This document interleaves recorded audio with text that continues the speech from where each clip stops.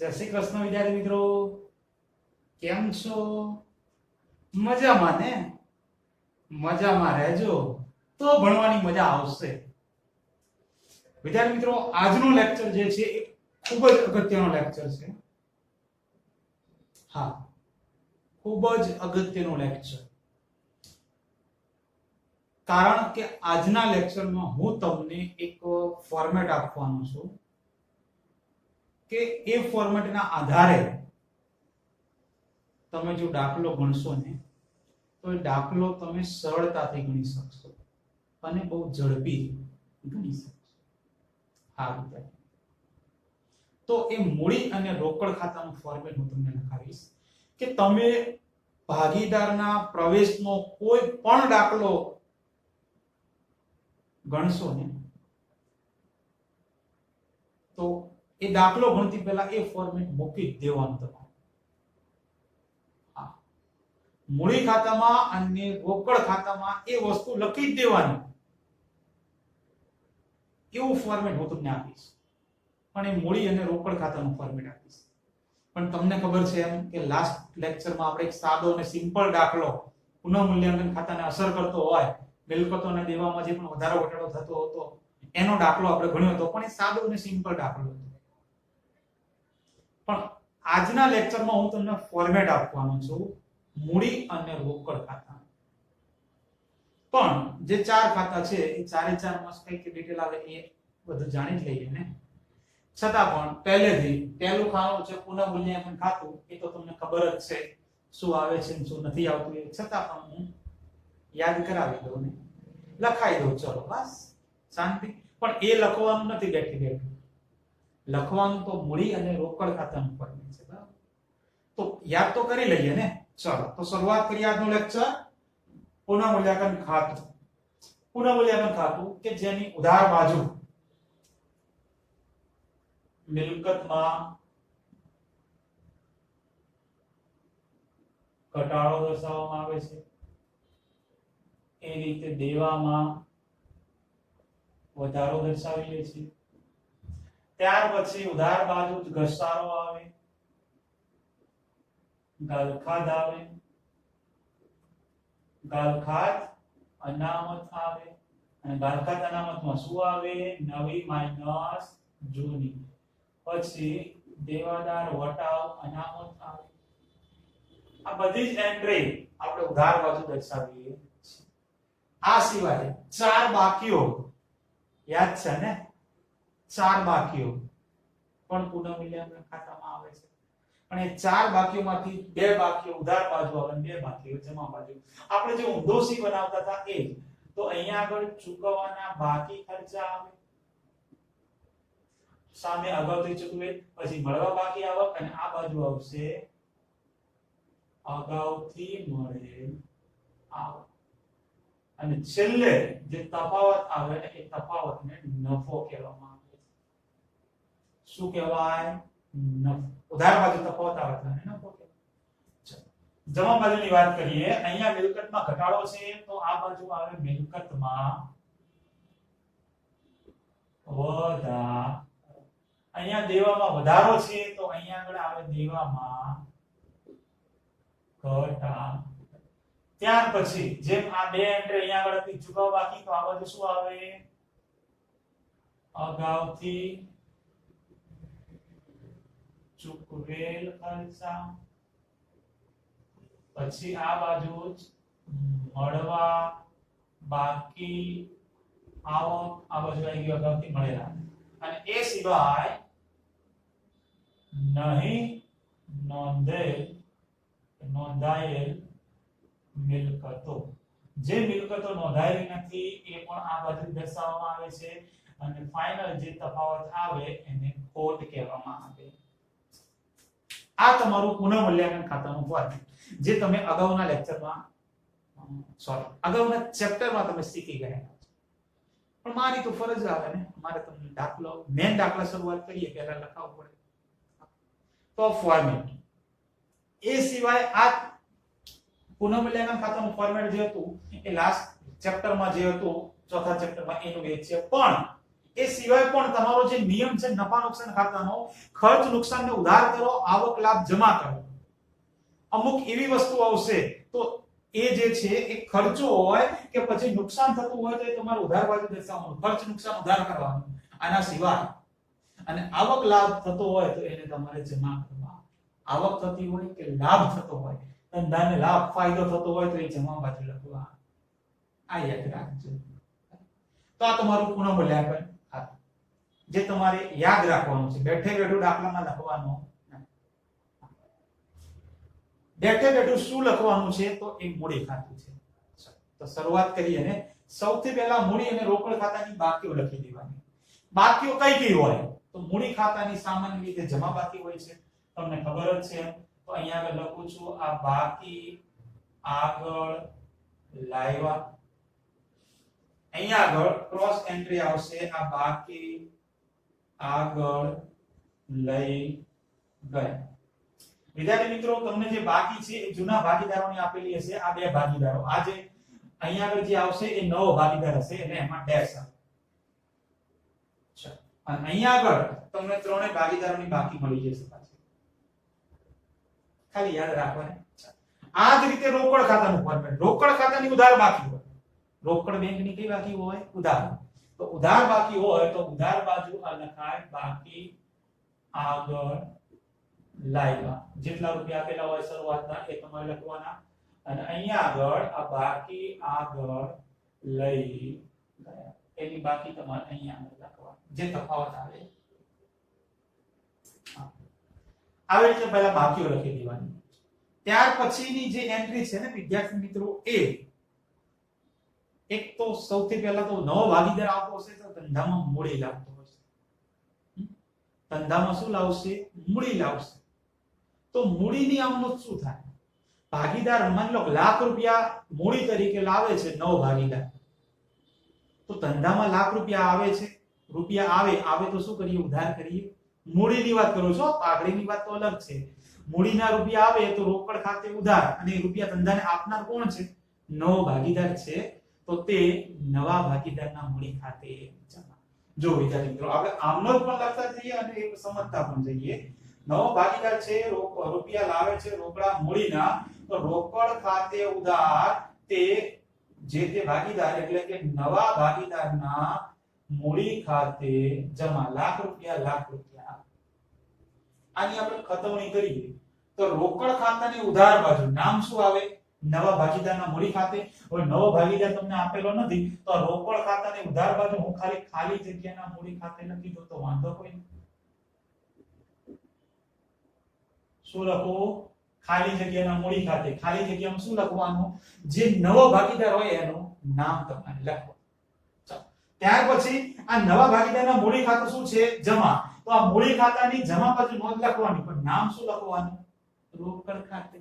તો અહીંયા આગળ લખું છું આ રોકડ. શેના આ રૂપિયા લખું છું? મૂડીના. જે નવો ભાગીદાર લાવે એની મૂડી. જૂના ભાગીદારોની મૂડી તો બાકી આપણે લખી દીધી, પણ આ કોની છે? નવા ભાગીદારની. તો નવા ભાગીદાર એટલે આ તો જૂના કહેવાય પહેલા બે, તો છેલ્લો નવો હોય તો એના ખાનામાં રૂપિયા લખો. પહેલા બે જૂના ભાગીદારનું ખાનું હોય અને છેલ્લું ખાનું એ નવા ભાગીદારનું. બરોબર?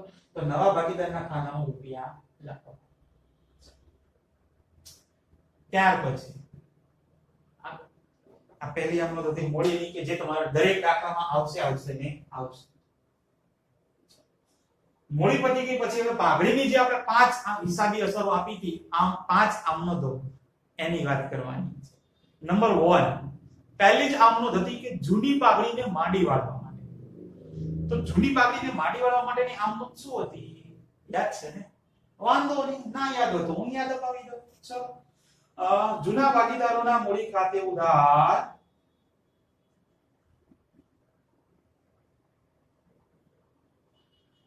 તે પાઘડી ખાતે જમા. આ જૂની પાઘડી માંડી વાળવાની હોય જૂના ભાગીદારો વચ્ચે અને જૂના પ્રમાણમાં. જૂની પાઘડી, જૂના ભાગીદારો, જૂની પ્રમાણ, ત્રણ વસ્તુ બધું જૂનું. આ આમનોધ થાય. તો હવે આ આમનોધની આપણે ખતવણી કરીએ. ચલો, જૂના ભાગીદારોના મૂડી ખાતાની ઉધાર બાજુ એટલે આ મૂડી ખાતાની ઉધાર બાજુ નામ શું લખીશું આપણે? પાઘડી ખાતે તો અહીંયા આગળ એ આ પાઘડી કઈ પાઘડી છે આ જૂની કયા ભાગીદારો વચ્ચે રૂપિયા લખવાના છે જૂના ભાગીદારો એટલે આ પહેલા બે ત્રીજામાં કશું આવે નવા ભાગીદારમાં કશું નહીં અહીંયા આગળ નવાનું નામ આવે એટલે નવામાં કરવાનું ડેશ પછી પાઘડી ખાતાની જમા બાજુ પાઘડી તો ખાતું છે જ નહીં ને ચાર જ ખાતા છે આપણી પાસે તો પછી ક્યાં લખવાનું આ પહેલી આમનોંધની કથવણી પૂરી ત્યાર પછી નંબર 2 બીજા નંબરમાં એવું કંઈક હતું કે જ્યારે ભાગીદાર છે નવો ભાગીદાર એ પોતાની પાઘડી ખાનગી રીતે આપે છે અંગત રીતે આપે છે અને વિદ્યાર્થી મિત્રો તમે જાણો છો કે કોઈની ખાનગી વાત જાહેરમાં ન થાય જાહેર ન કરાય ને તો એ રીતે આ ખાનગી રીતે પાઘડી આપી હોય ગુપ્ત રીતે એ પણ આપણે ક્યાંય લખતા ત્યાર પછી નંબર 3 અગત્યની વસ્તુ શું હતી જ્યારે નવો ભાગીદાર ધંધામાં આવે છે તો એ પાઘડીના પ્રીમિયમના રૂપિયા રોકડમાં લાવે ત્યારે એટલે કે પાઘડીનું પ્રીમિયમ રોકડમાં લાવે ત્યારે અને પાઘડીનો પ્રીમિયમ રોકડમાં આવે ને એટલે બે આમનો ના યાદ હોય તો લખી દઈએ ત્યારે પાઘડીનું પ્રીમિયમ રોકડમાં આવે છે રૂપિયા રોકડમાં આવે છે રોકડા આવે તો કરીએ ઉધાર આ ત્રીજાની પહેલી આમનોંધ રૂપિયા રોકડા આવે છે તો રોકડ ખાતે ઉધાર અને શેના રૂપિયા આયા પાઘડીના પ્રીમિયમના તો આ તે પાઘડીના પ્રીમિયમ ખાતે જમા આ પહેલી આમનોંધ ત્યાર પછી બીજી આમનોંધ આ પાઘડીનું પ્રીમિયમ જે આવ્યું એ તરત જ જૂના ભાગીદારો વચ્ચે વેચવાનું એટલે જમા થયું છે અને તરત શું કરીશું ઉધાર એટલે કે પાઘડીના પ્રીમિયમ ખાતે ઉધાર તે જૂના ભાગીદારોના મૂડી ખાતે જમા પણ વેચવાનું શેમાં ત્યાગના પ્રમાણમાં એ યાદ રાખજો પાછા ચાલો બસ આ બે આમનોંધ થાય જ્યારે પાઘડીનું પ્રીમિયમ રોકડમાં લાવે તો હવે આ બે આમનોંધની ખતવણી કરવાની છે બીજું કઈ કરવાનું નથી ચલો ત્યારે રોકડ ખાતાની ઉધાર બાજુ નામ શું લખીશું પાઘડીના પ્રીમિયમ ખાતું રોકડ ખાતાની ઉધાર બાજુ તો આ રોકડ ખાતું આ એની ઉધાર બાજુ નામ લખાશે પાઘડીના પ્રીમિયમ ખાતું અહીંયા આગળ એના રૂપિયા પછી પાઘડીના પ્રીમિયમનું ખાતું તો છે નહીં પાઘડીના પ્રીમિયમની ઉધાર બાજુ પણ પ્રીમિયમનું ખાતું છે નહીં જૂના ભાગીદારોના મૂડી એ તો છે ને મૂડી ખાતું તો આ મૂડી ખાતું શું છે જમા તો આ મૂડી ખાતાની જમા બાજુ નામ શું લખીશું આપણે પાઘડીના પ્રીમિયમ ખાતે તો આ મૂડી ખાતું આ એની જમા બાજુ કહેવાય આ ઉધાર બાજુ આ જમા બાજુ નામ લખવાનું છે પાઘડીના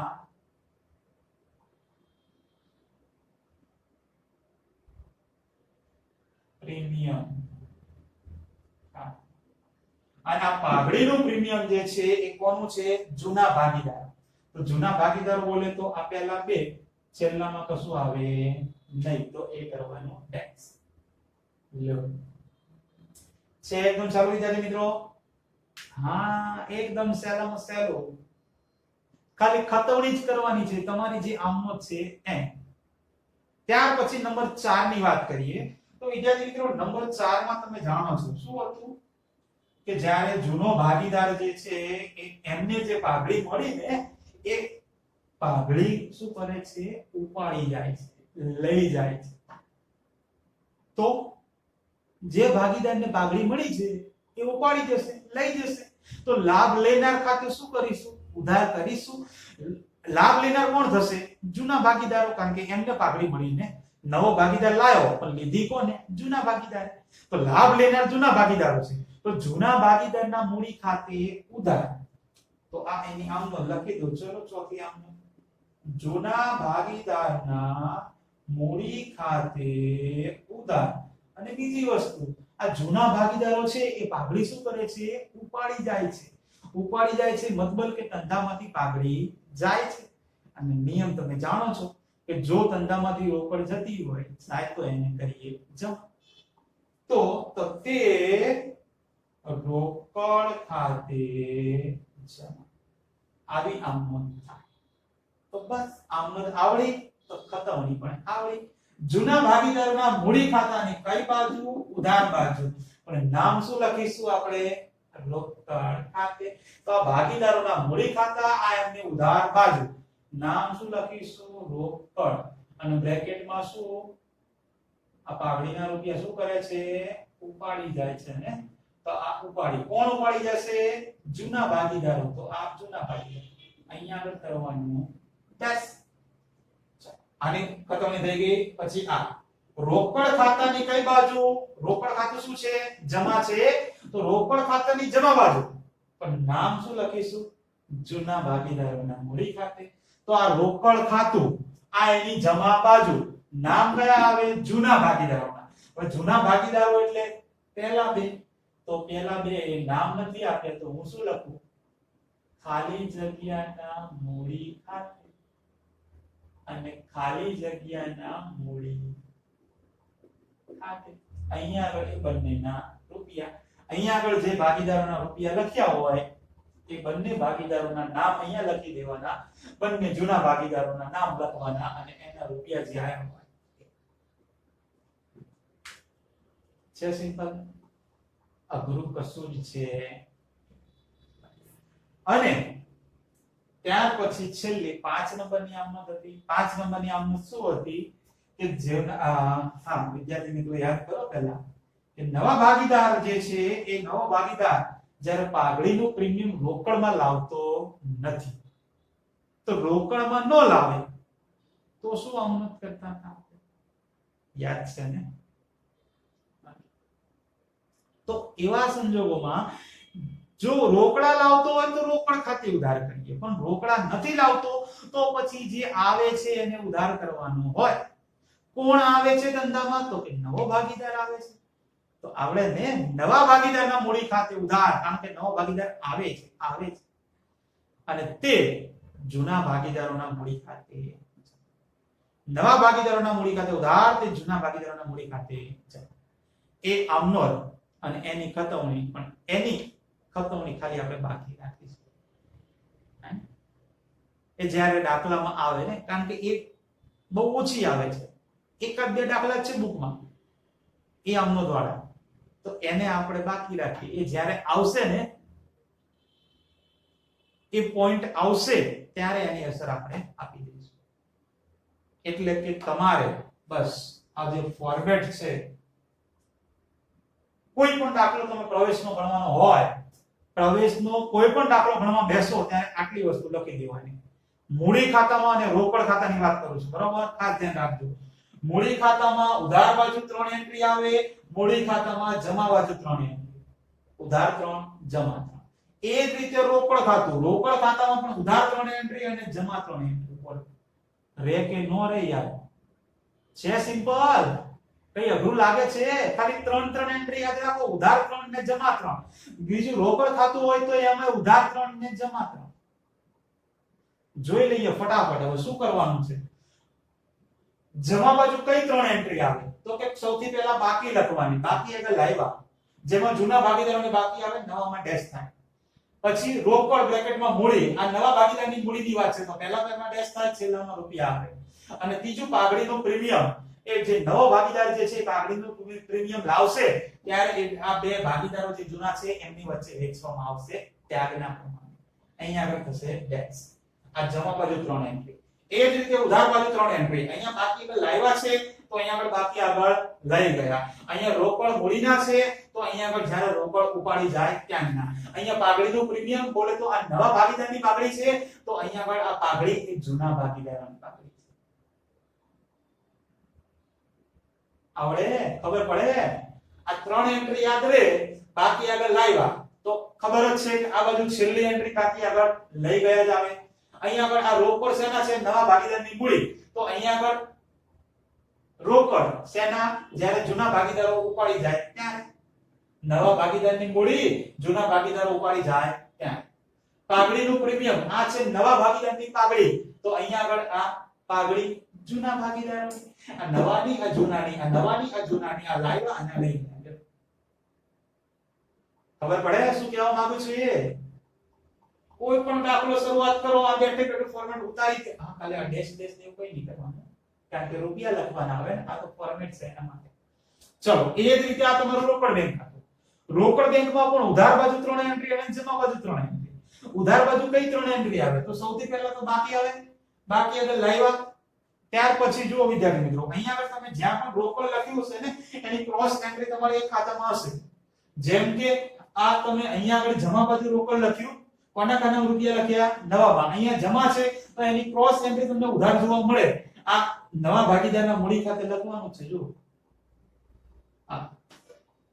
એટલે કે બાકી આગળ લાવ્યા પછી ખાલી જગ્યાના મૂડી ખાતે ઉધાર બાજુ ખાલી જગ્યા પૂરવાની હોય તો એમાં નવા ભાગીદારનું નામ લખો. અને ત્રીજું પાઘડીના પ્રીમિયમ. આ 3 એન્ટ્રી. એ જ રીતે જમા બાજુ. હવે અહીંયા આગળ તમે એક વખત લખ્યું, નવો ભાગીદાર તો એક જ છે ને, એક જ નવો ભાગીદાર આવશે કે તમારે 2-4 નવા ભાગીદારો નહીં આવે. ઓકે, દાખલા તમારા અભ્યાસક્રમમાં છે નહીં. નવો ભાગીદાર એક જ છે તો અહીંયા આગળ એક જ ખાલી જગ્યાના મૂડી ખાતે, પણ જૂના ભાગીદારો કેટલા છે? 2 છે ને, તો આ બાજુ ખાલી જગ્યાના મૂડી ખાતે, ખાલી જગ્યાના મૂડી ખાતે. આ નવો ભાગીદાર, આ જૂનો ભાગીદાર. અને અહીંયા બાકી આગળ લાવ્યા છે તો છેલ્લી એન્ટ્રી શું આવે? બાકી આગળ લઈ. જેમ અહીંયા તો બાકી આગળ લાવ્યા તો અહીંયા છેલ્લી એન્ટ્રી બાકી આગળ લઈ. છે કયા કરો? એકદમ સિમ્પલ. અને આ ફોર્મેટ યાદ રહી ગયું ને, પછી તો તમે ચેપ્ટરનો કોઈ પણ દાખલો ગણો નહીં, ફટાફટ આવડી જશે. એ તમને ગેરંટી આપું છું. અને આ ફોર્મેટ યાદ રહી ગયા પછી તમને જો કદાચ આમનો જે 5 લખાઈ હતી એ તમને ઓછી આવડતી હશે તો પણ ચાલશે. ખાલી 5 નંબરની છેલ્લી આમનો યાદ રાખજો. આ ફોર્મેટ યાદ રહી જાય પછી, અને આમનો જે યાદ રહે અને ફોર્મેટ યાદ રહે તો વેલ એન્ડ ગુડ. એના જેવું તો બીજું કશું જ ના હોય. આવી રીતે મિત્રો એના માટે આ જે ફોર્મેટ છે મૂડી અને રોકડ ખાતાનું એક ખાસ તૈયાર કરી દેજો. અને બીજું કે પાકું સરવૈયો. પાકું સરવૈયો તો તમે છે 11માં ભણ્યા, 12માં પણ ભણ્યા, એટલે એ તો આવડતું જ હોય. એમાં કઈ અઘરી વસ્તુ છે નહીં, અઘરું કશું છે નહીં. મૂડી દેવા બાજુ પહેલા મૂડી લખવાની, પછી બધી તમારે શું આવશે? અહીંયા આગળ બધા દેવા આવે, લેણદારો છે, દેવી ઊંડી છે, પ્રોવિડન્ટ ફંડ છે, પછી શું આવે? કારીગર નફા ભાગ ભંડોળ છે, કામદાર બચત ખાતા છે, હે? પછી 4 એન્ટ્રી તો આવડે જ છે. ચૂકવવા બાકી, અગાઉથી ચૂકવે, ભરવા બાકી, અગાઉથી મળે, એ તો કોઈ પૂછવાનું નહીં. પછી મિલકત લેણા બાજુ તો જમીન, મકાન, પ્લાન્ટ, યંત્રો, ફર્નિચર, પાકડી, પેટન્ટ, ટ્રેડમાર્ક, કોપીરાઇટ, બધી વસ્તુ રોકાણમાં હોય, દેવાદારો હોય. અહીંયા લેણદારો આવવાનું, ત્યાં આગળ શું આવે? દેવાદારો. દેવાદારોમાંથી ગાલખાત માઈનસ કરીએ, ગાલખાત અનામત માઈનસ કરીએ અને દેવદાર હટાવવા અનામત માઈનસ કરીએ. આ બધી વસ્તુ ખબર જ છે. અને છેલ્લે બંનેનું ટોટલ કરો એટલે પછી તમારું પાકું સર્વે જે છે એ મેચિંગ થઈ જાય તો બહુ નસીબ સારું કહેવાય. કેમ? તમે સમજો છો, મારે કહેવાની જરૂર છે. તો વિદ્યાર્થી મિત્રો આ છે મેન ફોર્મેટ. તમારે આ ફોર્મેટ તૈયાર કરી દેજો તો બહુ ફાયદામાં રહેશે. નહીં તો પછી દુખી થવું પડશે. કેમ? તો એ કેમ એનું કારણ છે ને એ તમે મારી રીતે દાખલા ગણશો ને, મારી મેથડથી, તો તમને ખબર પડશે. આ મેથડ અલગ હશે ને. તમે તમારા સાહેબ જે રીતે દાખલો ગણાવતા હોય એ રીતે પણ ગણી શકો છો, સ્કૂલમાં કે બીજા ક્યાંય પણ ટ્યુશન. પણ અહીંયા આગળ જે મેથડ થશે એ મેથડ જે છે એ એકદમ ઝડપથી તમે દાખલો પૂરો કરી શકો. એ મેથડથી હું દાખલો બનાવીશ. એના માટે કહું છું આ ફોર્મેટ ખાસ તૈયાર કરજો. ઓકે, તો મળીએ આપણે મેન લેક્ચરની અંદર. નેક્સ્ટ લેક્ચર થી ચાલુ થશે દાખલા. તો ત્યાં સુધી આ જે ફોર્મેટ છે એ કમ્પ્લીટ યાદ રહી જવું. બાકી તો બધાને જય શ્રી કૃષ્ણ. ચલો Tata, bye bye, C you, અને પ્લીઝ ટેક કેર.